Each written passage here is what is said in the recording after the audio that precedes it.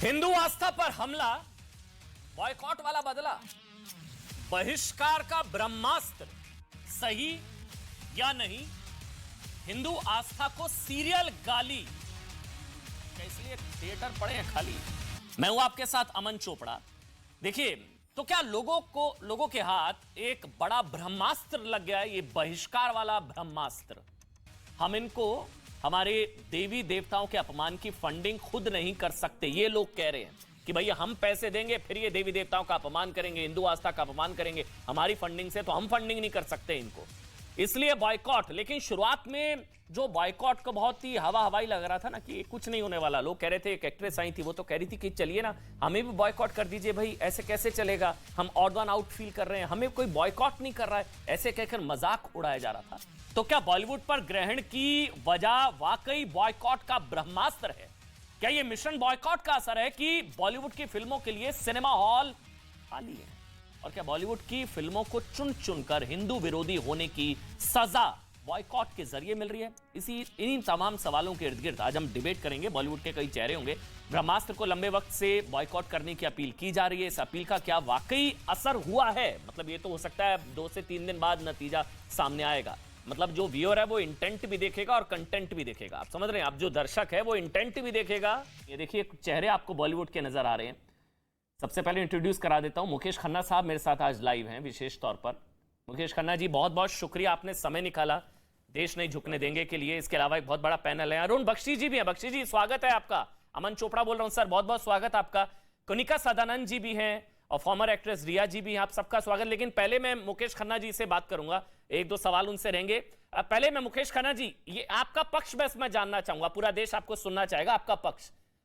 क्या ये जो ब्रह्मास्त्र हाथ लग गया है, बहिष्कार का ब्रह्मास्त्र, सही या नहीं? आपका पक्ष मुकेश खन्ना। देखिए, ये एक बात आप समझिए और समझने की आवश्यकता है। आज के सभी मैं इवन पैनल मेंबर्स को भी कहूंगा, आपको भी कहूंगा, और इवन जो कंफ्यूज्ड है इस बात को लेकर कि क्या ये कंटेंट की वजह से हो रहा है या बहिष्कार की। देखिए, बहिष्कार पहले भी होता था, पद्मावती के टाइम पे भी हुआ था, लक्ष्मी बॉम्ब के टाइम पे भी इस तरह की धमकियां आई थी, हम नहीं आने देंगे, वो करेंगे। मैं भी बोला था, आप भी बोले थे। लेकिन देखिए, गंगा नदी में बहुत पानी बह चुका है। हिंदुओं को टारगेट पहले भी किया जाता था, हिंदुओं को टारगेट आज भी किया जा रहा है, लेकिन हिंदू उस वक्त सोए हुए थे, मैं कहूंगा, बिकॉज थोड़े से अपने आप को सहिष्णु कहने में अपनी महानता समझते हैं वो। और आज लेकिन सडनली सोशल मीडिया का पावर सामने आ गया है। लोगों को पता है कि मैं जो बोलूंगा वो बात सुनाई देगी, तो सब खड़े हो गए हैं। खास तौर पर देखो, हिंदुओं को सॉफ्ट टारगेट बना के मारा जा रहा है पिछले 10-15 सालों से। अगर आप देखो, पीके फिल्म में देखो, खुलेआम शिव जी को दिखाकर, और वो कहते हैं कि शिव जी नहीं है, शिव जी का ये तो एक्टिंग, एक एक्टर रोल कर रहा है। काली माँ को सिगरेट पीते दिखाते हैं, इतनी हिम्मत होती है। बट आज ये बहिष्कार जो है वो आज सही है, क्योंकि हिंदुओं को ये समझने की आवश्यकता है। ये देखो, 3-4 फिल्में एक साथ में फ्लॉप हुई है, वो कंटेंट की वजह से नहीं हो सकती। एक फिल्म खराब हो सकती है, 2 खराब हो सकती है, अच्छे अच्छे मेकर्स हैं। कंटेंट क्या छोड़िए, देखे बगैर आप लाल सिंह चड्ढा को आपने बहिष्कार किया है, तो मतलब क्या निकलता है? मतलब यही निकलता है ना कि भाई आमिर खान के पुराने कर्मों ने उसे पकड़ लिया है और आज के लोगों ने उसकी गर्दन पकड़ ली है कि आपने ऐसा कहा था। ऊपर से फिर ये जो आजकल के बचकाने सो कॉल्ड अभी अभी बड़े हुए स्टार्स, इनको इनको मैनर्स नहीं है, इनको ये नहीं पता है कि पब्लिक पब्लिक जनार्दन होती है, उसको आप कैसे एड्रेस करें। ठीक है, नहीं देखना है तो मत देखिए। हम तो बहुत बड़े एक्टर हैं, हमारी हमारी एक्टिंग बहुत अच्छी होती है, लोग देखेंगे। इनके दिमाग में एक एक एक तरह से मैं समझता हूँ कहीं ना कहीं गलत फहमी थी कि जो जो बॉयकॉट कर रहे हैं और जो फिल्में देखते हैं वो अलग अलग है। ये लोग आएंगे, बोल बोल बोल के भाग जाएंगे, और जिनके फर्स्ट डे फर्स्ट शो देखनी है वो आएंगी, लेकिन साहब ओपनिंग नहीं मिली, तो आप क्या समझेंगे कि बहिष्कार हो रहा है? और इनको जागने की आवश्यकता है कि पब्लिक से जरा अदब से बात कीजिए। ये आपको बनाती है स्टार, ये आपको जमीन पर भी गिरा सकती है, और मुकेश आई जी, थिंक बार यही बार हो रहा ये कहा है। जी जाता है जी। कि क्रिएटिविटी फिर कंट्रोल हो रही, क्रिएटिविटी को सेंसर, भाई क्रिएटिविटी फिर कहां से होगी फिर? तो सर क्रिएटिविटी। क्रिएटिव हाँ सर। सर क्रिएटिविटी का मतलब ये है कि हिंदू देवी देवताओं का अपमान करना ये मेरे अधिकार में है।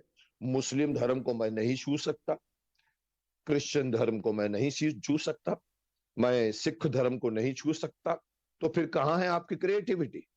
अगर आप क्रिएटिविटी का डंका बजा रहे हो, क्रिएटिविटी का जामा पहनकर कह रहे हो कि अरे बाबा मैं तो क्रिएटिव, मुझे ये दिमाग में आइडिया आई कि भाई मैं आए दिखाऊं, वो कर दूं, मैं इन लोगों को ये करके दिखा दूं। आपको ये चीजें अगर करनी थी तो सिर्फ हिंदू धर्म ही क्यों नजर आया? क्या उसके पीछे आपको इनकी मंशा नहीं दिखती? सॉफ्ट टारगेट है, मारो पंच मारो और बाद में चिल्लाएंगे छुड़ाएंगे, चुप हो जाएंगे। बाहर वाला धर्म वो चिल्लाएगा नहीं, आके थप्पड़ मारेगा आपको। थप्पड़ तो बहुत छोटी चीज है साहब, आपने देखा होगा किस तरह से प्रतिरोध होता है एक छोटे से कमेंट पर। तो ये काहे की क्रिएटिविटी है? अगर क्रिएटिविटी है तो it should be apply to every dharma. और आप देखिए, मतलब हाथ कंगन को आरसी क्या, आप जितनी भी फिल्में उठा के देख लीजिए, कहीं पर किसी ने किसी और धर्म पर चोट नहीं पहुंचाई, हिंदू धर्म पर। तो फिर ये फिर क्रिएटिविटी कैसे हुई?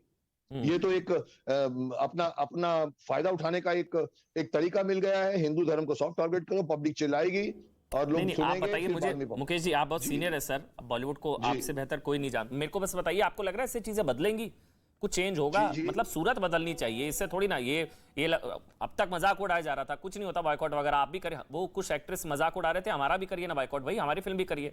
आपको लग रहा है कुछ चीजें बदलेंगी, सूरत बदलेगी, कुछ चीजें बदलेंगी, या बस ये ऐसे ही आया गया? नहीं, देखिए मैं एक बात बताऊं, आज सुबह ही मैंने अपने चैनल पर एक वीडियो डाली है कि साउथ फिल्म स्टार से सीखिए कि पब्लिक से कैसे पेश आया जाता है। एमजीआर मरता है तो लाखों लोग में हजारों लोग अपने आप को जलाने को तैयार हो जाते हैं। जयललिता मरी थी, कई लोगों ने अपने आप को जला, उसको कहते हैं एडुलेशन। उसको क्यों है? रजनीकांत आज बाहर आ जाए तो लाखों हजारों लोग उसको आते हैं क्योंकि वो कुछ करते हैं पब्लिक के लिए। पब्लिक के लिए उनका फैन क्लब है। हमारे यहाँ के लोगों को समझना होगा कि ये कहना पब्लिक को कि देखना हो तो देखो, नहीं तो मत देखो, ये आज के लोगों को सीखना पड़ेगा कि आप पब्लिक, आपकी जनता जनार्दन है, आप उसको कदर कीजिए, वो भी आपका कदर करोगे। आपको लग रहा है चीजें बदलेंगी? बस एक आखिरी सवाल, कदर नहीं कर रहे हैं, बस एक आखिरी सवाल, फिर मैं बाकी पैनलिस्ट पर जाऊंगा। तो देखो, नहीं देखना मत देखो। आपको लग रहा है बदलेंगी चीजें बदलेंगी, अवेकनिंग है, चलिए ठीक है, लेकिन एक मैसेज है बॉलीवुड के लिए या उन लोगों के लिए जिन्होंने फॉर ग्रांटेड ले रखा था, बदलेंगी चीजें रियली? आपको लग रहा है इस चीज से बदलेंगी? एक आखिरी सवाल। It is a definite message to the people who are taking advantage of the soft target called Hindu Dharm.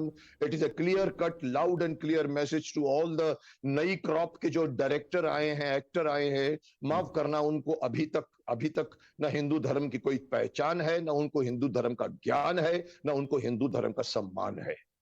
ये loud and clear message to all those. देखो, कोई साउथ में क्यों नहीं बनाता कोई फिल्म? राजा मौली क्यों नहीं बनाते? आपने देखिए, पूरी फिल्म महाभारत पर बेस्ड है, बाहुबली। क्यों? क्योंकि उनको पता है कि हिंदू धर्म का, देखिए आप हिंदू धर्म पर बनाओ, आप धर्म का फायदा, धर्म को आप दिखाओगे तो करोड़ों की आस्था मिलेगी। धर्म के खिलाफ जाओगे कि तो करोड़ों का आपको जो है वो मार मिलेगी। ये इन लोगों को मैसेज है। और ये नई crop of actors and directors, माफ करना, टेक्निक जानते हैं, सेल्फ एसएफएक्स जानते हैं, स्पेशल इफेक्ट्स जानते हैं, फास्ट कटिंग, लेकिन हिंदू धर्म नहीं जानते। ठीक सर, कुनिका जी एक कमेंट आपका, फिर अरुण बख्शी जी, बाकी सब में पास आ रहा हूं मैं। पहले कुनिका जी आपका, सही या नहीं? बस मेरा सवाल ये है, सबसे मेरा एक ही सवाल रहेगा, ये जो ब्रह्मास्त्र हाथ लग गया बहिष्कार वाला, सही या नहीं आपके हिसाब से? कुनिका जी आपका टेक। जी नहीं, मेरे हिसाब से सही नहीं है, क्योंकि हम फिल्म इंडस्ट्री जो है बहुत बड़ी रेवेन्यू जनरेटर है और हम बहुत सारे लोगों को एम्प्लॉयमेंट देते हैं। तो बॉयकॉट करेंगे और इससे फिल्मों को नुकसान होगा, तो एक बहुत बड़ी इंडस्ट्री मर जाएगी। और ये मेरे हिसाब से बॉयकॉट का जो ट्रेंड है वो इसीलिए किया जाता है, या स्टार्स को इससे टारगेट किया जाता है, क्योंकि बहुत जो सही मुद्दे हैं, जो इम्पोर्टेंट मुद्दे हैं देश में, उससे हटकर हम लोग इनसे इन चीजों पर बहस करें। ये मेरा कहना है। आपको लग रहा है कि रेवेन्यू बढ़ा है हिंदू आस्था से? क्या चीज? I didn't here your question. What is it?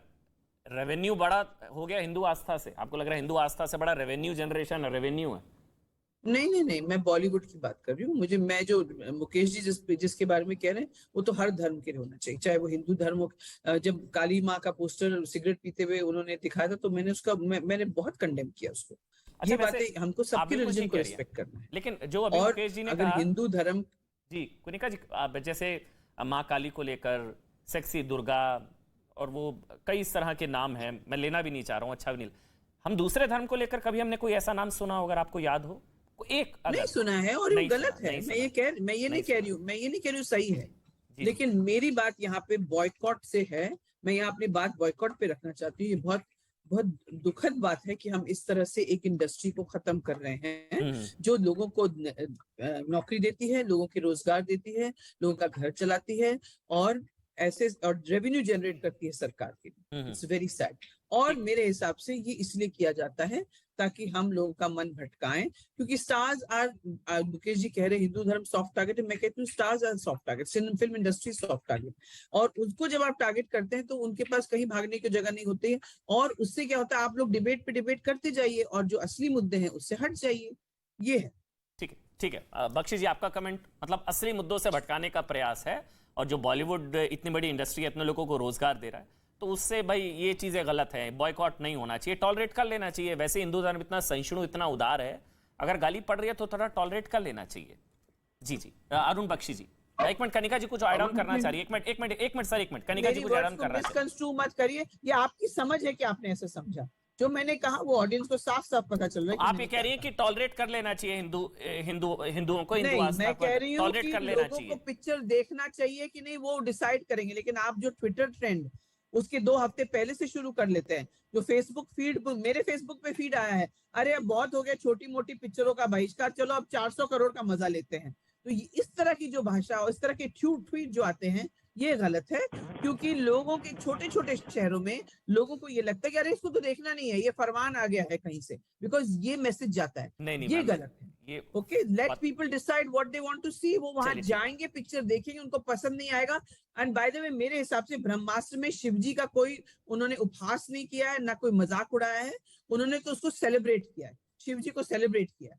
लेकिन आप पहले से किसी पर्टिकुलर मूवी की बात ही नहीं कर रहा हूं, मैं तो एक जेनरिक बॉलीवुड की बात कर रहा हूं कि क्या फॉगर। वैसे मुझे एक अच्छी चीज लगी, आपने कहा कि हाँ ये चीज है कि क्रिएटिविटी सेलेक्टिव तो है, कि एक धर्म ने ही ठेका ले रखा है सारी क्रिएटिविटी का, सहिष्णु और सहिष्णुता और उदारता का सिर्फ एक ही धर्म ने ठेका ले रखा है कि चलिए बर्दाश्त करते रहिए, टॉलरेट होते रहिए। मैं एक अरुण बख्शी जी का कमेंट ले लूं आपकी इजाजत से, कनिका जी। सिखाया जाता है बहुत सारा टॉलरेट करना, इसलिए हम लोग टॉलरेट करते हैं। बस वही तो मैम, वही असल में, चलिए अब मैं इसको, मैम पता क्या होता है, जैसे मैं इसको एग्जांपल के तौर पर, आप मेरे से बड़ी हैं, आप बॉलीवुड में काफी समय से हैं, लेकिन इसका एक एग्जांपल ये होता है, घर में 2 बच्चे हैं, एक ही बच्चे को लगातार थप्पड़ पड़ते रहेंगे ना, रोज पढ़ते रहेंगे, तो वो नहीं, तो शुरुआत में तो कहेगा माँ बाप को अधिकार है भाई संतान हूं, लेकिन अगर 2 में से एक कोई बच्चे को थप्पड़ पड़ेंगे ना लगातार, तो वो भी कहेगा। प्रॉब्लम यहां है कि सिर्फ हिंदू ही क्यों, जो मुकेश जी ने कहा सेक्सी दुर्गा बन सकती है, मगर दूसरी तरफ नहीं ना, नहीं बननी चाहिए, लेकिन नहीं ना, माँ काली सिगरेट पीती लेकिन नहीं होगा। बॉयकॉट करने के लिए कहेंगे ये गलत है, तो फिर कैसे सबक सिखाया जाए? अच्छा चलिए अरुण बख्शी जी, बॉयकॉट का ट्रेंड चला दिया आपने,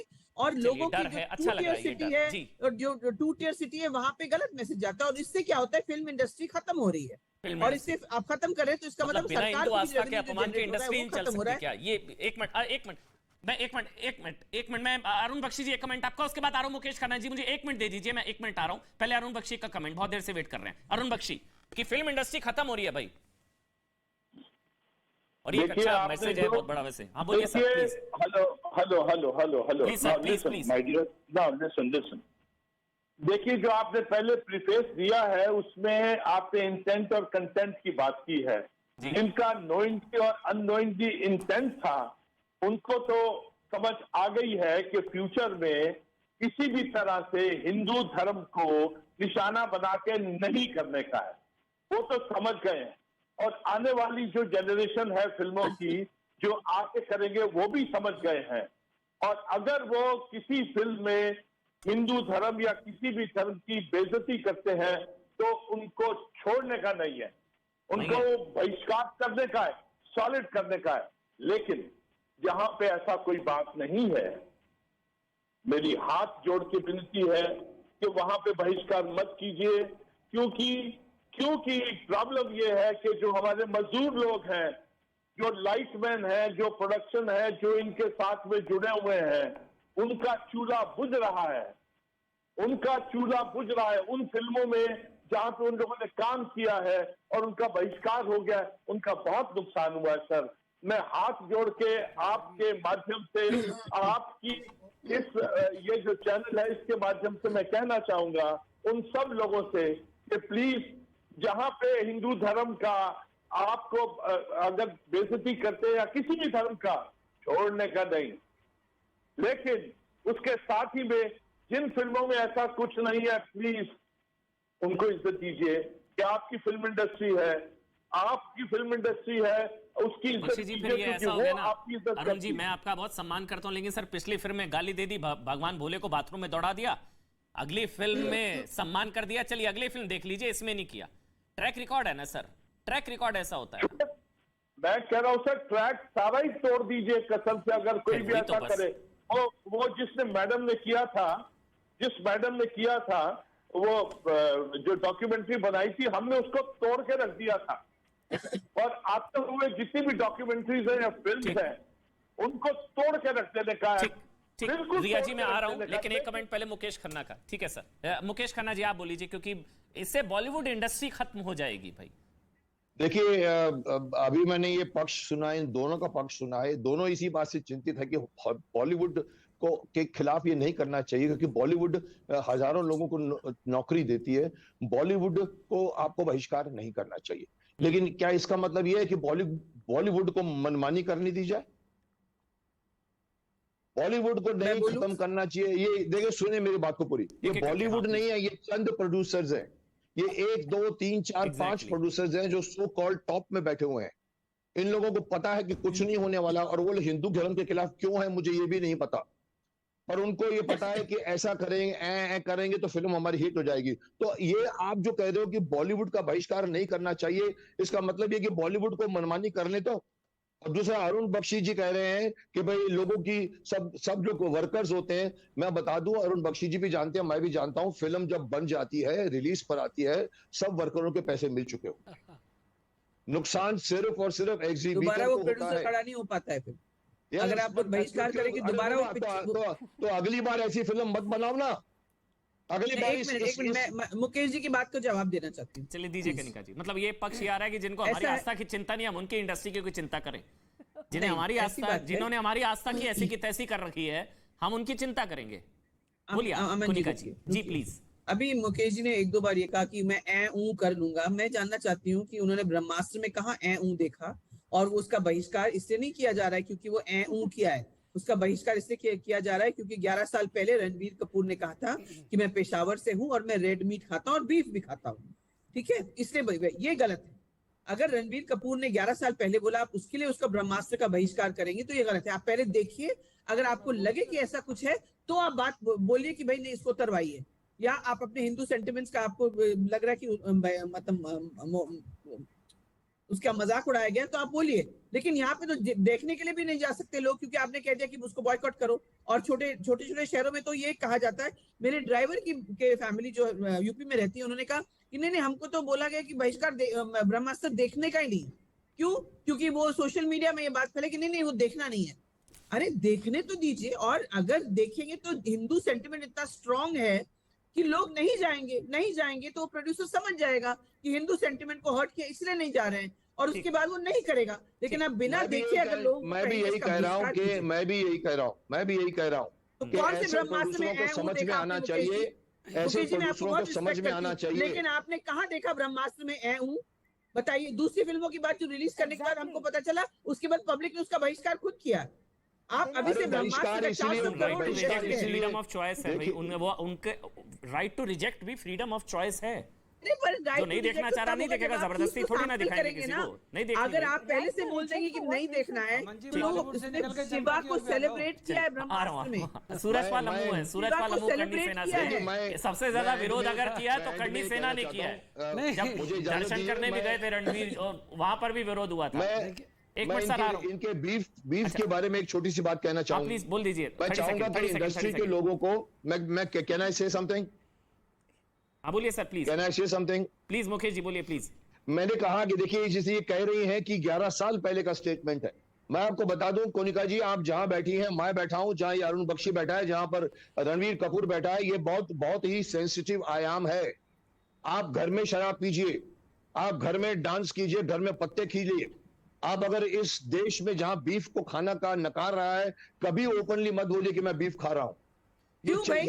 अगर देश बीफ के एक्सपोर्ट आपने कह दिया ना, बीफ के एक्सपोर्ट से देश बहुत भारी बहुत ज्यादा रेवेन्यू अर्न कर सकता है। हम लोग चमड़े के जूते पहन सकते हैं, चमड़े रेवेन्यू की के चिंता थोड़ी ना भाई, आस्था की बात करो, रेवेन्यू की पड़ी आप। अरे तो वो आप भी, अरे गौ मांस की बात मत करिए, आप कानून बनाइए।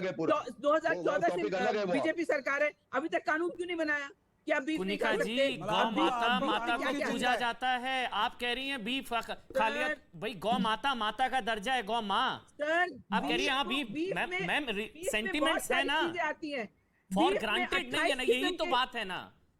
28 किस्म के बफलो भी होते हैं बीफ में। अच्छा चलिए, अम्मू जी गाय की चमड़ी आप बेचते हैं, ठीक आप बीफ एक्सपोर्ट करते हैं, ठीक, तो क्यों करते हैं? मैम वो राइट टू रिजेक्ट उनका फ्रीडम ऑफ चॉइस है, जिनको नहीं देखनी उनको जबरदस्त। अच्छा एक मिनट बोलिए आप अम्मू जी, उसके बाद मानवी जी एक कमेंट आपका, और रिया जी एक कमेंट आपका। जी जी सर एक मिनट, सूरजपाल अम्मू कडी सेना से, अम्मू जी बोलिए ना। भाई बिना फिल्म के देखे आप लोग बहिष्कार के सैकड़ों वर्ष पहले बाबर ने अनेक मंदिरें तोड़े, लोगों को हिंदू से मुस्लिम बनाया।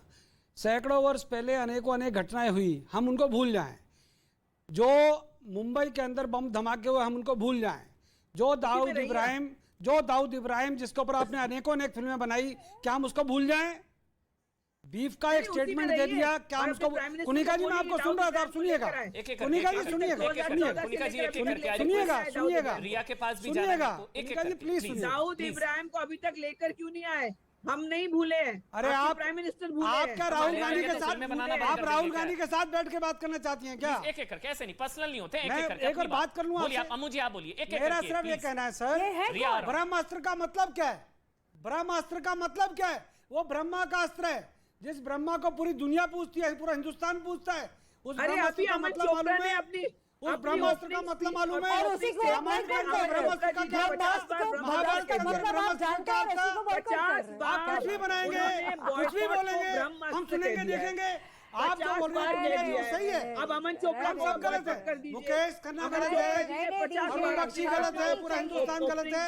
आप ठीक है, आप कहते हैं बीफ का नहीं वो ये कह रही हैं अम्मू जी, कुनिका जी कह रही हैं देखने से पहले ही कैसे तय कर लेते हैं बाइकॉट करिए। सर देखिए तो सही, आप हो सकता है वो कंटेंट भाई ईसाइयों के ऊपर बनाइएगा, मुस्लिम धर्म के ऊपर बनाइएगा, उनके नाम का रखिएगा कोई। अरे देखिए उसमें शिवा को सेलिब्रेट किया है, आप रखिएगा जो आप बनाइएगा, परंतु बार बार हिंदू धर्म को विचारधारा टारगेट करेंगे आप जाके बार बार हिंदू धर्म को टारगेट करेंगे। हम विरोध भी ना करें, हम बाइकॉट भी ना करें। आपके ड्राइवर की बात अमन जी, जी कुनिका जी मुझे 1 मिनट दे दीजिए, मैं को सबको टाइम देना जरूरी है। 1 मिनट में रिया का एक स्टेटमेंट और ठीक सर हो गया, मुझे ब्रेक पर जाना, उससे पहले रिया एक कमेंट आपका। ठीक है अम्मू जी मेरा सम्मान कर लीजिए, मेरा बात सम्मान। 1 मिनट रिया जी आप बोलिए। पाऊंगी जब तक कोई चुप नहीं बैठा। हाँ नहीं हो गए, चुप हो गए, बोलिए आप रिया। सही या नहीं? तो जैसे अभी बिल्कुल सही नहीं है, बिल्कुल सही नहीं है, क्योंकि सबसे पहली बात ये जैसे कनिका जी ने कहा है 100% सही कहा है कि ये असली मुद्दों से भटकाने के लिए ये सब आईटी सेल करवा रही है और कुछ नहीं है। हकीकत है कि एक्चुअली अगर देखा जाए तो ये जो पिक्चर है जो ये लोग कर रहे हैं, ये ब्रह्मास्त्र हिंदुओं पे बना है और आप उसी का बहिष्कार करने का मतलब ये आप हिंदुइज्म, आपको बीच में बोलने का हक किसने दिया? मेरा टाइम है। आप ब्रह्मास्त्र का पोस्टर देखिएगा, आपके स्क्रीन पे दिख रहा है। ऐसा नहीं है, ब्रह्मा का अस्त्र मैडम। रहने दीजिए, निकले।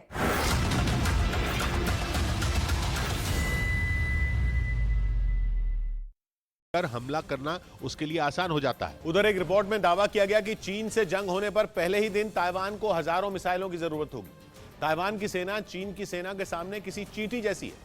नंबर के आधार पर चीन की नेवी दुनिया की सबसे बड़ी नेवी है और ताइवान के लिए दुनिया की सबसे बड़ी नौसेना से भिड़ना वैसा ही होगा जैसा किसी चींटी का पहाड़ पर चढ़ना। लेकिन एक रिपोर्ट में दावा किया गया कि जंग छिड़ी तो पहले ही दिन ताइवान को हजारों मिसाइलों की जरूरत पड़ेगी, क्योंकि चीन ने ताइवान पर हमले के लिए 660 जहाज ब्लू बैटलफील्ड में उतारे हैं और उन्हें रोकने के लिए या फिर कम से कम जंग में बने रहने के लिए ताइवान को 2000 क्रूज मिसाइलों की जरूरत होगी। यानी ताइवान को चीन के एक जहाज को डुबोने के लिए कई मिसाइलें दागनी होंगी और ये तभी होगा जब ताइवान के पास उतनी मिसाइलें होंगी। ताइवान को उम्मीद है कि उसकी ये जरूरत अमेरिका पूरी करेगा। सीरिया के इदलिब में रूस के 4 लड़ाकू विमानों ने ताबड़तोड़ बमबारी की, जिसमें 7 लोगों की मौत हो गई। इदलिब को सीरिया के विद्रोही लड़ाकों का आखिरी मजबूत गढ़ माना जाता है। और उन्हें वहां से उखाड़ फेंकने के लिए पुतिन सीरिया के राष्ट्रपति बशर अल असद का पूरा साथ दे रहे हैं। यहां तक कि वो सीरिया के विद्रोहियों के खात्मे के लिए यूक्रेन से जंग के बीच भी वहां हमले करने से चूक नहीं रहे। और एक बार फिर उनके लड़ाकू विमान सीरिया के इदलिब प्रांत में गरजे। दावा किया गया कि रूस के विमानों ने वहां इतनी जोरदार बमबारी की कि एक बड़ा इलाका खंडहर में तब्दील हो गया। बताया गया कि रूस के लड़ाकू विमानों ने वहां 1-2 नहीं बल्कि 16 बम दागे। दावा किया गया कि इस हमले में रूस ने जमीन से जमीन पर मार करने वाली एक मिसाइल का भी इस्तेमाल किया। इदलिब में विद्रोहियों के जिस गढ़ को निशाना बनाकर हमला किया गया वहां एक के बाद एक कई बम फटते दिखाई दिए। इसके बाद वो पूरा इलाका धूल के गुबार से ढक गया और जब धूल छटी तो वहां बना एक कारखाना और एक मकान मलबे के ढेर में बदल चुके थे। हमला कितना खतरनाक था इसका अंदाजा इसी बात से लगाया जा सकता है कि दोनों इमारतों का एक भी हिस्सा सही सलामत नहीं बचा, क्योंकि बमों के हमले और मिसाइल की मार ने उन्हें पत्थरों के बड़े बड़े टुकड़ों में बदल दिया। वहां खड़ी एक कार भी धमाके की वजह से पूरी तरह बर्बाद हो गई। इस हमले की खबर मिलते ही विद्रोहियों के इलाके में काम करने वाली सीरिया सिविल डिफेंस की टीम वहां पहुंची और उसने रेस्क्यू का काम शुरू कर दिया। सिविल डिफेंस के लोगों ने दावा किया कि रूस के इस हमले में 7 लोगों की मौत हो गई, जबकि 12 से ज्यादा लोग घायल हो गए। बताया गया कि मलबे से निकाले गए घायलों में कई बच्चे भी शामिल थे जो रूस के हमले का शिकार हो गए। लेकिन ये पहली बार नहीं है जब रूस ने बशर अल असद का साथ देते हुए सीरिया में विद्रोहियों पर हमले किए। इससे पहले भी रूस की गठबंधन वाली सेना इदलिब में कई बार एयर स्ट्राइक कर चुकी है, क्योंकि इदलिब ही सीरिया का वो प्रांत है जिसे विद्रोहियों का आखिरी ठिकाना कहा जाता है। माना जाता है कि इदलिब पर सीरिया के विद्रोही गुट ताहिर अल शाम का पूरी तरह कंट्रोल है और ये विद्रोही गुट आतंकी संगठन अल कायदा से जुड़ा है। सीरिया के राष्ट्रपति बशर अल असद ऐसे ही गुटों के खिलाफ लंबे वक्त से लड़ रहे हैं। इस काम में उन्हें पुतिन का हमेशा से साथ मिलता रहा। खुद रूस की सेना सीरिया में असद सरकार की मदद करती रही है और कहा जा रहा है कि एक बार फिर रूस ने इदलिब में ये हमला करके साबित कर दिया कि वो बशर अल असद की सरकार को विद्रोहियों से बचाने में कोई कसर नहीं छोड़ेगा। इस बीच यूक्रेन की तरफ से एक वीडियो जारी किया गया जिसमें खार्किव के एक इलाके में रूस के सुखोई लड़ाकू विमान को मार गिराया गया। यह हमला उस वक्त किया गया जब रूस के 2 फाइटर जेट उस इलाके में मिसाइलें बरसा रहे थे, जिन्हें जेलेंस्की के सैनिकों ने निशाने पर ले लिया। यूक्रेन का दावा है कि जमीन से हवा में मार करने वाली उसकी घातक मिसाइल ने रूस के एक सुखोई विमान का काम तमाम कर दिया।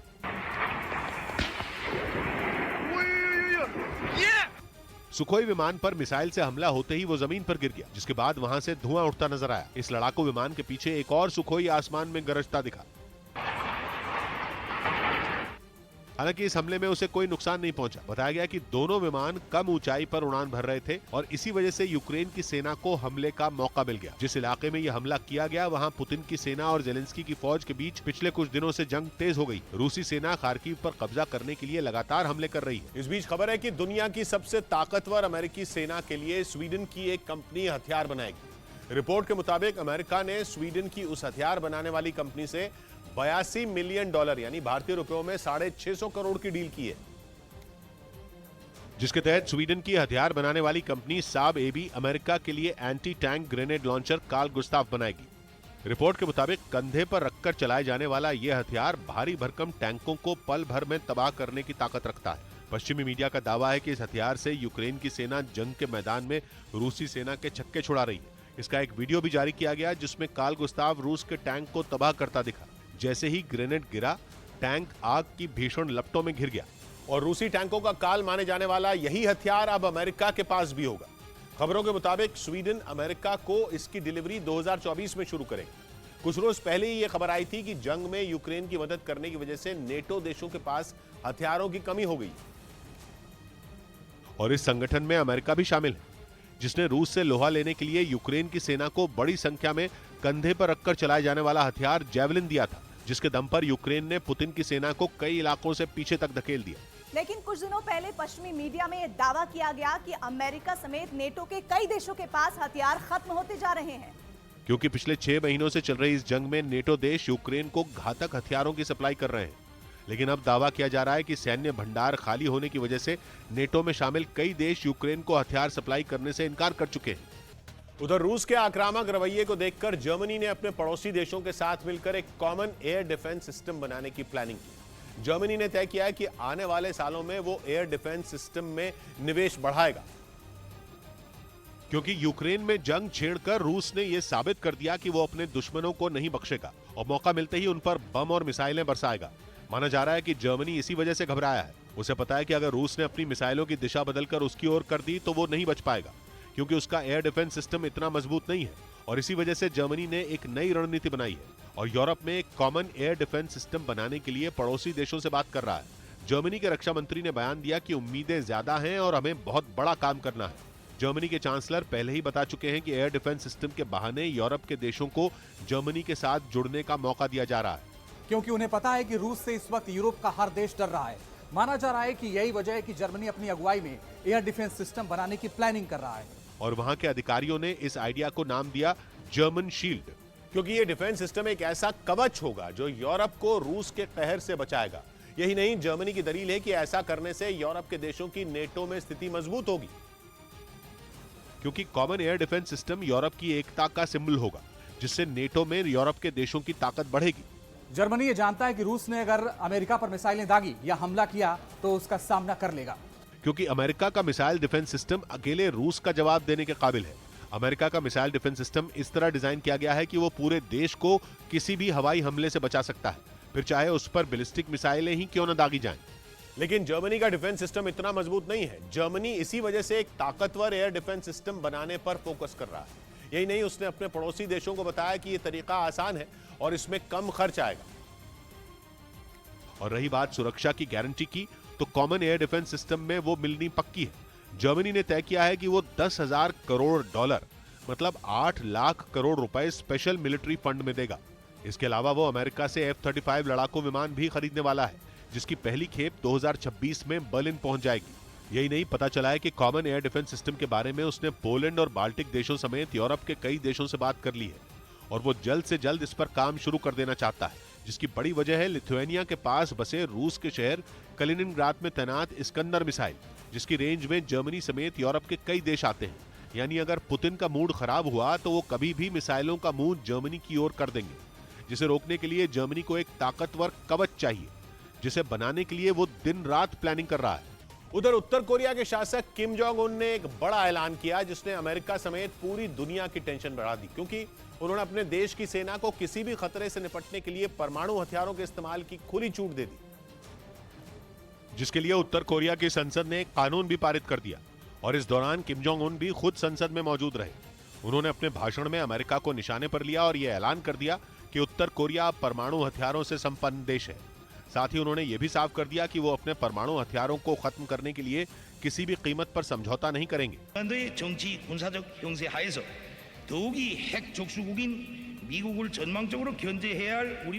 इस ऐलान के साथ ही किम ने परमाणु हथियारों के इस्तेमाल के लिए नया कानून भी बना दिया, जिसके तहत उत्तर कोरिया की सेना अपने शासक या खुद पर किसी भी तरह का खतरा महसूस होने पर उनका इस्तेमाल कर सकेगी।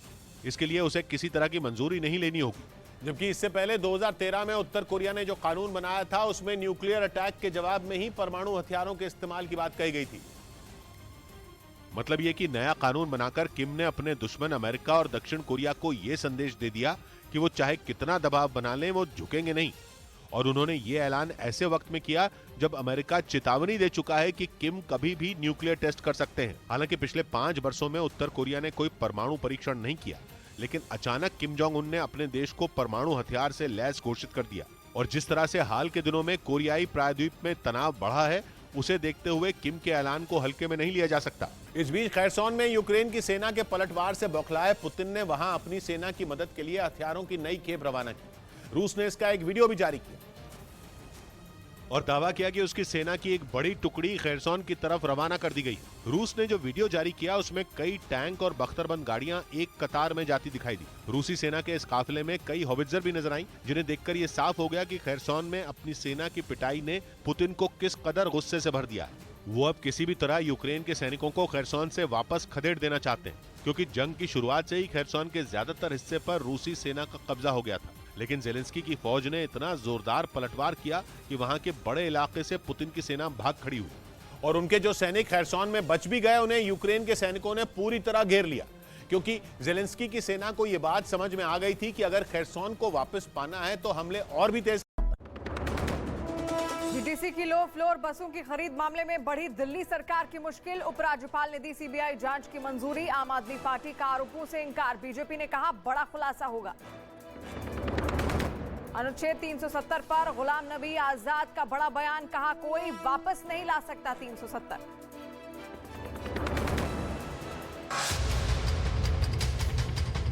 नेशन फर्स्ट बनाम सत्ता फर्स्ट, आज का विशेष कार्यक्रम इसी पर। मुगलों की निशानी, गुलामी की निशानी, अंग्रेजों की निशानी ऐतिहासिक है कांग्रेस पार्टी के लिए। इन्होंने आखिरकार माना कि नेताजी सुभाष चंद्र बोस जी एक स्वतंत्रता सेनानी थे। गांव-गांव में, खेत-खेत में जात पात की म्याद बांट दी तुमने, एक वोट की खातिर देश की हर बुनियाद बांट। जो नाली की गैस से चाय बना लेते हो, जो बुलबुल के परों पर बैठकर देश का भ्रमण कर लेते हो, उनका मुकाबला हम जैसे गरीब कमजोर लोग कर सकते हैं क्या? घाटे घाटे सब घूमत हो, पानी पुछत न कोई, लक्षण ऐसे प्रकट हैं, आपस में सटक न को भड़का दिया, जिसके बाद उन्होंने खरसोन में जेलेंस्की के सैनिकों के सामने जूझ रही अपनी सेना की मदद के लिए खतरनाक हथियारों की खेप रवाना कर दी। माना जा रहा है कि इन हथियारों के खरसोन पहुंचने के बाद वहां जंग और भी भीषण हो सकती है। खबर है कि यूक्रेन ने अपने खुफिया ऐप की मदद से रूस के करीब 500 सैनिकों को मार गिराया। बताया जा रहा है कि 2015 में यूक्रेन के कुछ लोगों ने ही GIS आर्ता नाम के इस ऐप को बनाया था, जिसे यूक्रेन की सेना में शामिल भी कर लिया गया था, जो अब रूस से जारी जंग में यूक्रेन की सेना के लिए बहुत बड़ा हथियार बन गया है। बताया जा रहा है कि यूक्रेन का GIS आर्ता नाम का यह ऐप पुतिन के सैकड़ों सैनिकों को ढेर करने की वजह बना। कहा जा रहा है कि मई में जब रूसी सेना ने लुहांस्क में मौजूद सिविर्स्की दोनेत्स्क नदी को पार करने की कोशिश की थी, तब इस ऐप ने यूक्रेन की फौज को अलर्ट कर दिया था और महज 30 सेकंड के अंदर एक ही हमले में पुतिन के करीब 500 सैनिकों को मार गिराया गया था। और दावा है कि उस दौरान न सिर्फ रूसी फौजियों को खदेड़ा गया था, बल्कि बड़ी संख्या में पुतिन की सेना के हथियारों और दूसरी चीजों को भी यूक्रेन की फौज ने तबाह कर दिया था। जिसके बाद यह पता चला कि यूक्रेन जंग में रूस के खिलाफ अपने सीक्रेट ऐप का इस्तेमाल कर रहा है, जो दुश्मन पर इतनी तेजी से हमला करता है कि विरोधी को जवाबी हमले का वक्त भी नहीं मिलता। बताया जा रहा है कि इस ऐप को कामयाब बनाने में अमेरिका की निजी स्पेस कंपनी स्पेसएक्स के मालिक इलॉन मस्क भी अपने स्टारलिंक सैटेलाइटों से मदद ले रहे हैं। बताया ये जा रहा है कि इस ऐप को स्पेस एक्स के स्टारलिंक सैटेलाइट से जोड़ा जा रहा है, ताकि दूर दराज के इलाकों में भी इंटरनेट की सेवा पहुंचाई जा सके। इसी की मदद से यूक्रेन के फौजियों को रूसी सेना की लोकेशन का पता चल जाता है और वो उस पर चंद सेकंड में हमला कर देते हैं, क्योंकि अलग अलग इलाकों में तैनात ड्रोन से यूक्रेन की सेना को यह पता चलता है कि दुश्मन कहां पर है, जिसके बाद ये जानकारी इस ऐप तक पहुंचती है और फिर यह ऐप दुश्मन की लोकेशन के इर्द गिर्द जो तोपखाने, मोर्टर और ड्रोन मौजूद होते हैं, उन्हें अटैक करने की कमांड देता है। दुश्मन के आसपास कौन सी यूनिट मौजूद है, इसका पता लगाने के लिए इंटरनेट की जरूरत पड़ती है, जहां इलॉन मस्क के स्टारलिंक सैटेलाइट काम आते हैं। कहा जा रहा है कि इसी ऐप की वजह से यूक्रेन की सेना को दुश्मन को टारगेट करने में काफी मदद मिल रही है। सबसे खास बात यह कि यह ऐप दुश्मन को सटीक लोकेशन की जानकारी देता है, जिससे टारगेट कर हमला करना उसके लिए आसान हो जाता है। उधर एक रिपोर्ट में दावा किया गया कि चीन से जंग होने पर पहले ही दिन ताइवान को हजारों मिसाइलों की जरूरत होगी। ताइवान की सेना चीन की सेना के सामने किसी चींटी जैसी है। नंबर के आधार पर चीन की नेवी दुनिया की सबसे बड़ी नेवी है और ताइवान के लिए दुनिया की सबसे बड़ी नौसेना से भिड़ना वैसा ही होगा जैसा किसी चींटी का पहाड़ पर चढ़ना। लेकिन एक रिपोर्ट में दावा किया गया कि जंग छिड़ी तो पहले ही दिन ताइवान को हजारों मिसाइलों की जरूरत पड़ेगी, क्योंकि चीन ने ताइवान पर हमले के लिए 660 जहाज ब्लू बैटलफील्ड में उतारे हैं और उन्हें रोकने के लिए या फिर कम से कम जंग में बने रहने के लिए ताइवान को 2000 क्रूज मिसाइलों की जरूरत होगी। यानी ताइवान को चीन के एक जहाज को डुबोने के लिए कई मिसाइलें दागनी होंगी और ये तभी होगा जब ताइवान के पास उतनी मिसाइलें होंगी। ताइवान को उम्मीद है कि उसकी ये जरूरत अमेरिका पूरी करेगा। सीरिया के इदलिब में रूस के 4 लड़ाकू विमानों ने ताबड़तोड़ बमबारी की, जिसमें 7 लोगों की मौत हो गई। इदलिब को सीरिया के विद्रोही लड़ाकों का आखिरी मजबूत गढ़ माना जाता है और उन्हें वहां से उखाड़ फेंकने के लिए पुतिन सीरिया के राष्ट्रपति बशर अल असद का पूरा साथ दे रहे हैं। यहां तक कि वो सीरिया के विद्रोहियों के खात्मे के लिए यूक्रेन से जंग के बीच भी वहां हमले करने से चूक नहीं रहे और एक बार फिर उनके लड़ाकू विमान सीरिया के इदलिब प्रांत में गरजे। दावा किया गया कि रूस के विमानों ने वहां इतनी जोरदार बमबारी की कि एक बड़ा इलाका खंडहर में तब्दील हो गया। बताया गया कि रूस के लड़ाकू विमानों ने वहां 1-2 नहीं बल्कि 16 बम दागे। दावा किया गया कि इस हमले में रूस ने जमीन से जमीन पर मार करने वाली एक मिसाइल का भी इस्तेमाल किया। इदलिब में विद्रोहियों के जिस गढ़ को निशाना बनाकर हमला किया गया, वहां एक के बाद एक कई बम फटते दिखाई दिए। इसके बाद वो पूरा इलाका धूल के गुबार से ढक गया और जब धूल छटी तो वहां बना एक कारखाना और एक मकान मलबे के ढेर में बदल चुके थे। हमला कितना खतरनाक था इसका अंदाजा इसी बात से लगाया जा सकता है कि दोनों इमारतों का एक भी हिस्सा सही सलामत नहीं बचा, क्योंकि बमों के हमले और मिसाइल की मार ने उन्हें पत्थरों के बड़े बड़े टुकड़ों में बदल दिया। वहां खड़ी एक कार भी धमाके की वजह से पूरी तरह बर्बाद हो गई। इस हमले की खबर मिलते ही विद्रोहियों के इलाके में काम करने वाली सीरिया सिविल डिफेंस की टीम वहां पहुंची और उसने रेस्क्यू का काम शुरू कर दिया। सिविल डिफेंस के लोगों ने दावा किया कि रूस के इस हमले में 7 लोगों की मौत हो गई, जबकि 12 से ज्यादा लोग घायल हो गए। बताया गया कि मलबे से निकाले गए घायलों में कई बच्चे भी शामिल थे जो रूस के हमले का शिकार हो गए। लेकिन ये पहली बार नहीं है जब रूस ने बशर अल असद का साथ देते हुए सीरिया में विद्रोहियों पर हमले किए। इससे पहले भी रूस की गठबंधन वाली सेना इदलिब में कई बार एयर स्ट्राइक कर चुकी है, क्योंकि इदलिब ही सीरिया का वो प्रांत है जिसे विद्रोहियों का आखिरी ठिकाना कहा जाता है। माना जाता है कि इदलिब पर सीरिया के विद्रोही गुट ताहिर अल शाम का पूरी तरह कंट्रोल है और ये विद्रोही गुट आतंकी संगठन अल कायदा से जुड़ा है। सीरिया के राष्ट्रपति बशर अल असद ऐसे ही गुटों के खिलाफ लंबे वक्त से लड़ रहे हैं। इस काम में उन्हें पुतिन का हमेशा से साथ मिलता रहा। खुद रूस की सेना सीरिया में असद सरकार की मदद करती रही है और कहा जा रहा है कि एक बार फिर रूस ने इदलिब में ये हमला करके साबित कर दिया कि वो बशर अल असद की सरकार को विद्रोहियों से बचाने में कोई कसर नहीं छोड़ेगा। इस बीच यूक्रेन की तरफ से एक वीडियो जारी किया गया जिसमें खार्किव के एक इलाके में रूस के सुखोई लड़ाकू विमान को मार गिराया गया। यह हमला उस वक्त किया गया जब रूस के 2 फाइटर जेट उस इलाके में मिसाइलें बरसा रहे थे, जिन्हें ज़ेलेंस्की के सैनिकों ने निशाने पर ले लिया। यूक्रेन का दावा है कि जमीन से हवा में मार करने वाली उसकी घातक मिसाइल ने रूस के एक सुखोई विमान का काम तमाम कर दिया।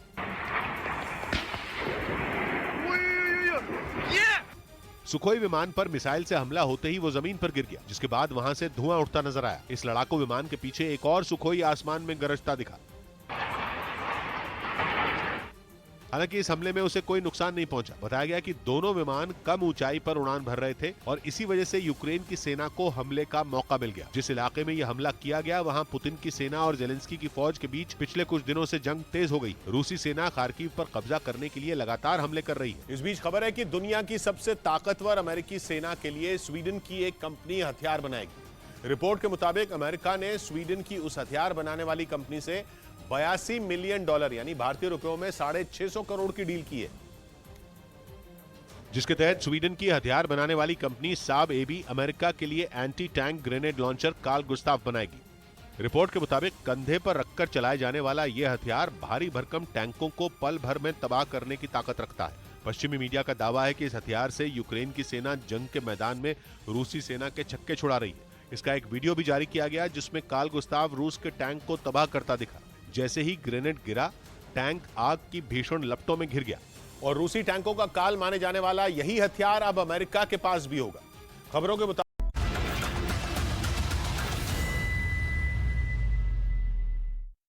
तो हिंदू आस्था को गाली इसलिए थिएटर पड़े खाली। हिंदू आस्था पर हमला, बॉयकॉट वाला बदला और बॉयकॉट यानी कि बहिष्कार वाला जो ब्रह्मास्त्र हाथ लगा है उसको लेकर हम लोग डिबेट कर रहे हैं, सही है या नहीं है। क्रिएटिविटी क्या वाकई वन साइडेड है, क्या गुस्सा जायज है और क्या एक बहुत बड़ा मैसेज है और क्या इससे चीजें बदलेंगी। हम एक बहस और चर्चा करने की कोशिश कर रहे हैं। चलिए अब मैं मानवी के पास जा रहा हूं, बहुत देर माफी के साथ मानवी आपके पास आ रहा हूं, बहुत देरी से आपके पास आया। बोलिए आप मानवी, आपका क्या पक्ष है, ये बॉयकॉट जो कल्चर है ये सही है या नहीं, गलत या सही? मानवी आपका पक्ष। देखिए बॉयकॉट कल्चर सही नहीं है। कोई भी बॉलीवुड का मूव होता है या कोई भी बॉलीवुड की मूवी आने वाली होती है तो ये हेटर्स की जो टोल फैक्ट्री है वो ट्विटर पे एक्टिव हो जाती है और ये ज्यादा लोग नहीं है, कुछ गिने चुने लोग हैं जो एक्टिव हो जाते हैं। उसी के साथ वो कहते हैं कि मालगाड़ी के साथ ऐड ऑन हो जाते हैं डब्बे, ऐसे ही लोग ऐड ऑन हो जाते हैं। लेकिन मैं आपको ये बताना चाहती हूँ कि महंगाई को कहीं ना कहीं छुपाना है, इसीलिए बॉलीवुड को निशाना बनाना है। अब आप देखिए कोविड से पहले लोग थिएटर्स में जाकर के मूवी देखते थे और जैसे मैं तमाम पैनल्स को सुन रही थी कि देवी देवता का अपमान करा जाता था तो देवी देवता का पीके मूवी में अपमान किया था, तो यही मखौटे वाले लोग हैं कि पीके मूवी को सुपर हिट किया था, फिर ओ माय गॉड को भी सुपर हिट किया था। कोविड के बाद लोगों का पैटर्न बदल गया है।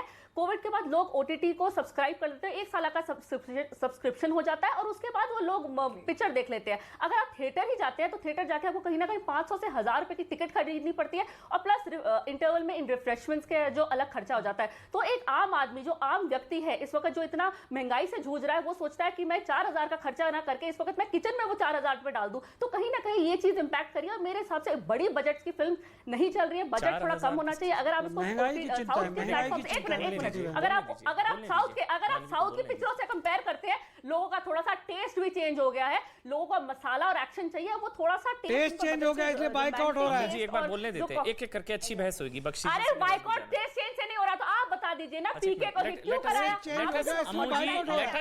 मैं सवाल पूछूंगा ना, मेरी जिम्मेदारी को हिट क्यों कराया?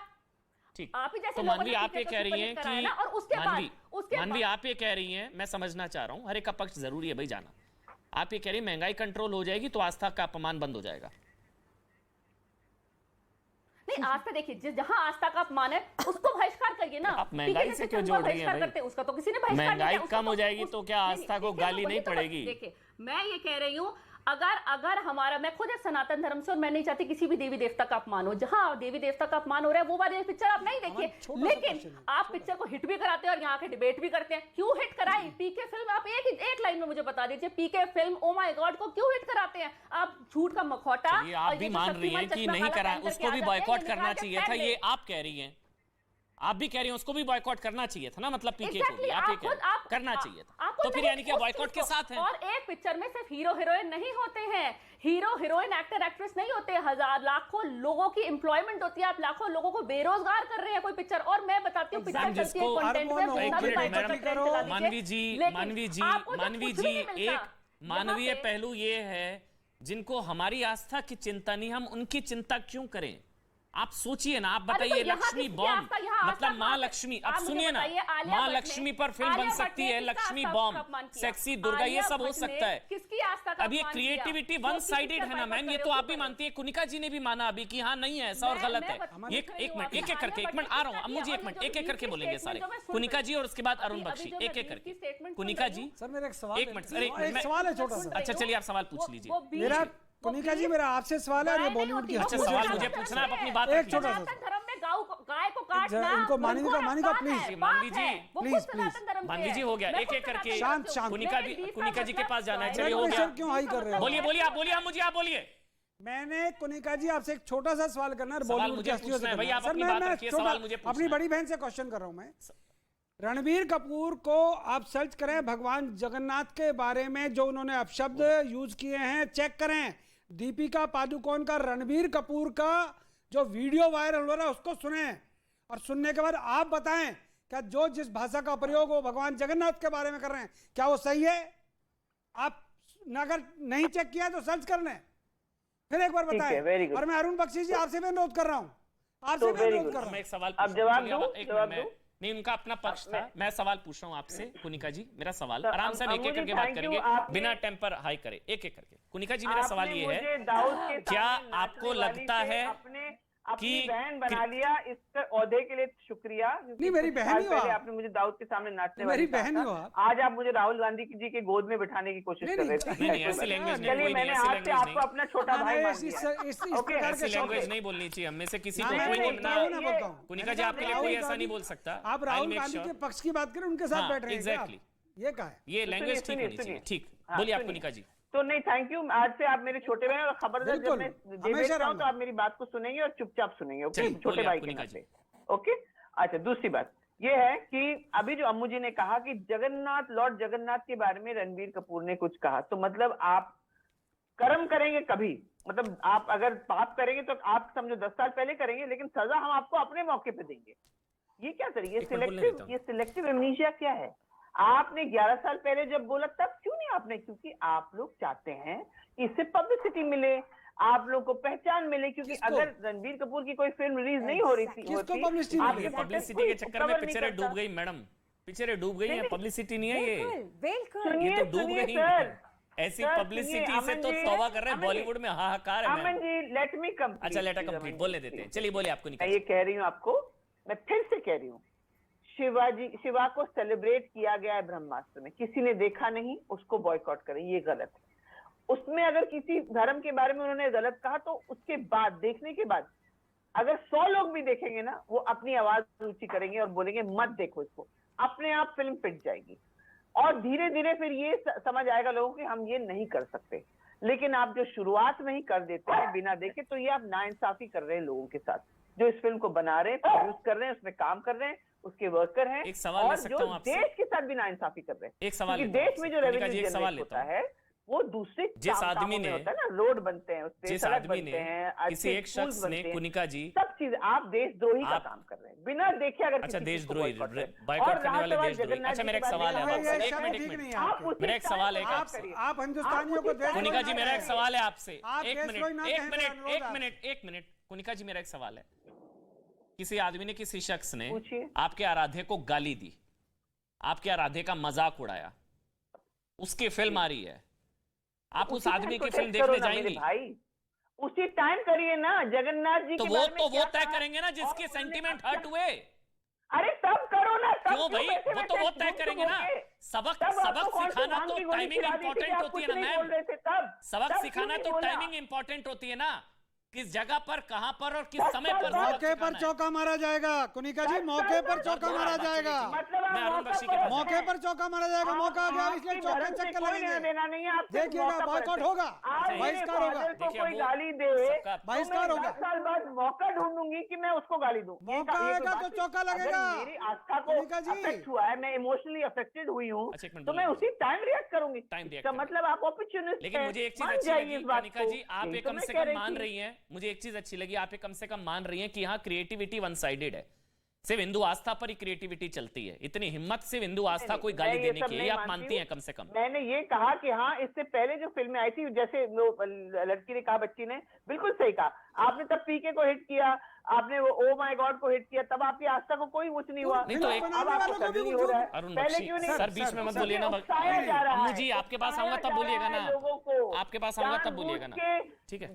लोगों का ध्यान भटकाया जा रहा है, ऐसे मुद्दे पर लाया जा रहा है जब इम्पोर्टेंट मुद्दे। नहीं मैम, अब ध्यान जगह पर आ रहा है। चोपड़ा जी इतने ग्रेट एंकर हैं, आप तो जागृति हो रही है मैम, अवेकनिंग है कुनिका जी, अब तो अवेकनिंग है। आपने इस पे कर दिया शो, तो इससे जो इस पे आप और भी चीजें डिस्कस कर सकते थे, देश को सचमुच अफेक्ट कर रहे हैं। मैम मेरे लिए हिंदू आस्था भी इंपॉर्टेंट है, ऐसा नहीं है। हिंदू जगेगा तो देश बचेगा। चलिए अब एक बार अरुण बख्शी का कमेंट, उसके बाद मैं रिया आपके पास आ रहा हूँ। अरुण बख्शी जी एक मिनट, अरुण बख्शी जी क्या आपको लगता है, मैं सवाल ले रहा हूँ अरुण बख्शी, क्या आपको लगता है वाकई जो मेरा पक्ष है, मैं मानता हूं इसको कि हाँ क्रिएटिविटी वन साइडेड है, चलते सिर्फ एक धर्म पर है, ये फैक्ट है और ये हार्ड फैक्ट है। दूसरी तरफ सरतन से जुदा हो जाएगा, किसी की हिम्मत नहीं है। यहां तो बायकॉट पर बवाल हो रहा है, वहां तो गले कट जाएंगे कुछ होगा तो, यहां बायकॉट भी बुरा लग रहा है। मेरे 2 छोटे छोटे पॉइंट्स हैं, उसके बाद मैं इजाजत चाहूंगा और मैं चाहूंगा मेरा टाइम भी इन सबको दे दीजिए। मेरा सबसे पहला पॉइंट ये है कि ब्रह्मास्त्र में ऐसा कोई भी पॉइंट नहीं है जिसको आप कह सकें इसका किसी भी तरह से कोई प्रॉब्लम हो। उसमें सारा दिन मैंने बहुत सारे वीडियोस देखे हैं, उसमें कंटेंट के बारे में आप गुड बैड जो भी उनके पॉइंट्स हैं वो दिए जा रहे हैं, बहुत सारे रिव्यूज देखे हैं। उसमें महाभारत मुझे मौका, यू गिव मी टाइम, पूरा please, this is my 2 minutes. हाँ प्लीज गुस्सा नहीं, आराम से बोलिए बख्शी जी। वन पॉइंट इज दिस कि वो जेंटलमैन जो है, वो हमारी जो फिल्म है उसमें किसी भी तरह की कोई भी ऐसी बात नहीं है, उसके कंटेंट के ऊपर कमेंट होगा, नंबर 1।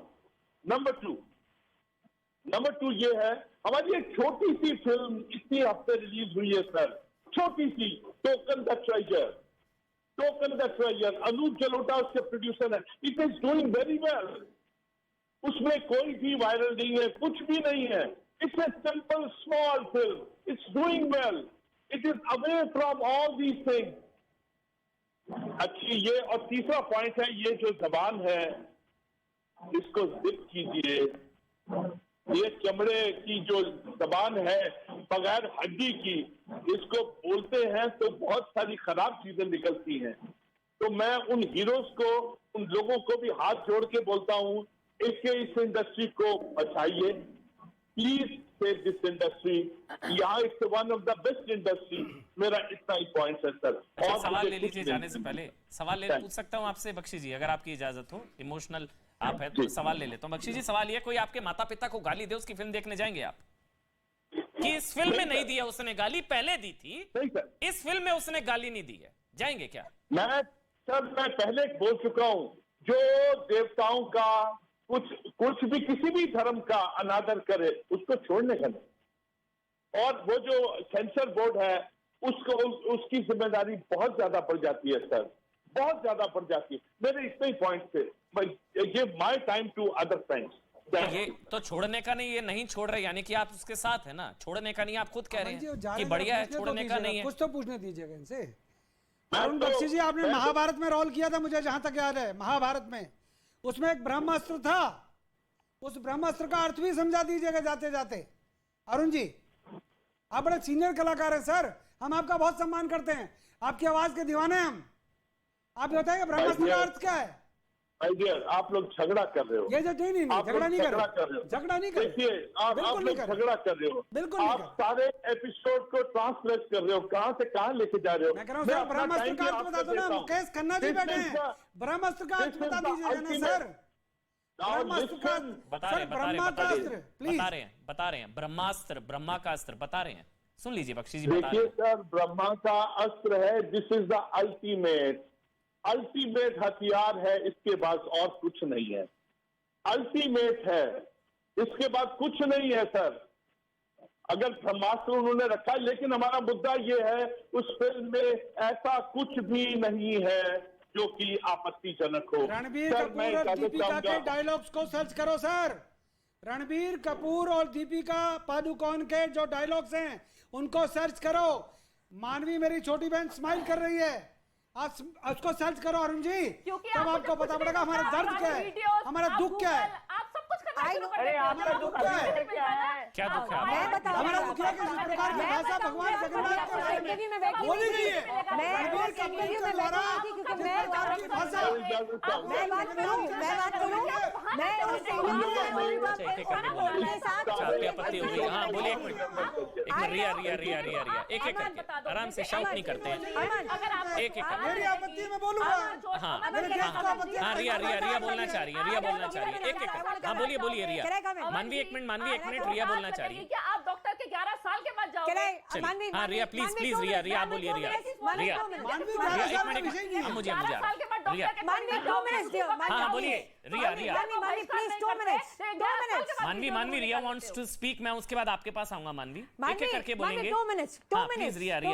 ये जिस चीज की बात कर रहे हैं ना, वो उस इंटरव्यू में मैं उस वक्त टाइम्स नाउ के साथ काम करती थी, मैं वहां थी, और उस बात पे उन्होंने कहीं पे ये जिक्र नहीं किया कि भगवान जगन्नाथ के बारे में बात कर रहे हैं। ये जो अल्फाज, चलो ये भी बोल दीजिएगा उन्होंने क्या कहा, चलो ठीक है, आप ये भी बोल दीजिएगा उन्होंने क्या कहा, देश सुनेगा। आप ये भी बोल के दिखाइएगा। अरे सेंसर, इस पर भी सेंसर हो जाएगा। आप बता दीजिए किस प्रकार की, आप उस भाषा से सहमत थी क्या छोटी बहन? आप उस भाषा से सहमत थी क्या? आप उस भाषा से सहमत थी क्या? इस आदमी को चुप कराओ। अमन, are you a good moderator? Tell him to keep quiet. Tell him to keep quiet. एक मिनट अम्मू जी, एक एक करके बोलेंगे तो आपकी आवाज क्लियर जा पाएगी। रिक्वेस्ट कर रहा हूँ मुझे आपसे, उनके बाद आप बोलिएगा पूरा। कुनिका जी भी वेट कर रही है अपनी टर्न का, टर्न पर बोलते हैं अच्छा लगती है बात, ठीक है ना? एक एक करके प्लीज रिया। हाँ, मैं उस इंटरव्यू में थी, उन्होंने भगवान जगन्नाथ नहीं बोला था, उन्होंने भगवान जगन्नाथ नहीं बोला था। और अभी आप जो कह रहे हैं ना कि लक्ष्मी बॉम्ब, हर आम इंसान, आम लड़की का नाम भी लक्ष्मी होता है, इसका मतलब यह है कि हम भगवान लक्ष्मी का इस चीज से जुड़े। कभी कभी उस लड़की को गाली मिलती है तो उस पे बहिष्कार नहीं करते लोग। अरे यार, एक छोटी सी ऐसी अजीब सी चीज को आप इतना सेक्सी दुर्गा, माता सीता, माँ लक्ष्मी, माँ दुर्गा, भगवान नहीं, माँ दुर्गा, माँ काली, अमन, मतलब माँ दुर्गा, माँ काली, माँ लक्ष्मी में अंतर है। उसके खिलाफ हूँ मैं, उसके खिलाफ हूँ मैं, उसके खिलाफ हूँ। अच्छा, पर आपको भी लगता है रिया, मैं सवाल जो कुनिका जी से लिया था, मैं आपसे भी वो सवाल ले रहा हूँ, आपको भी लगता है क्रिएटिविटी वन साइडेड है?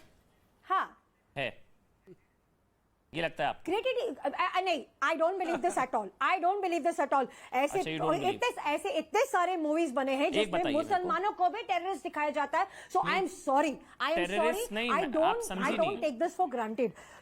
उनके आराध्य को लेकर ऐसी कोई टिप्पणी, कोई अगर एक आप मुझे बता दे। मैं ऐसे पिक्चरें दिखाई हैं, मुसलमानों को टेररिस्ट दिखाया जाता है, इसका भी दुख है आपको रिया? मुसलमानों को भी टेररिस्ट दिखाया है, इसका दुख है आपको? आप उनको देखते नहीं है, बहिष्कार करते हुए सब चीजों। इसका दुख है आपको? Another thing, ये सब जो ड्रामा चल रहा है ना बॉयकॉट का, ये एक्चुअली मुद्दा है महंगाई को और ये सब चीज को से ढकने के लिए। महंगाई किस जगह की महंगाई? कौन सी महंगाई? आजकल हमारे सड़कों पर करो मुर्दाबाद। कौन सी महंगाई? कौन सी महंगाई? सड़कों पर आकर मुर्दाबाद करो। कहाँ कौन सी चीज की महंगाई है?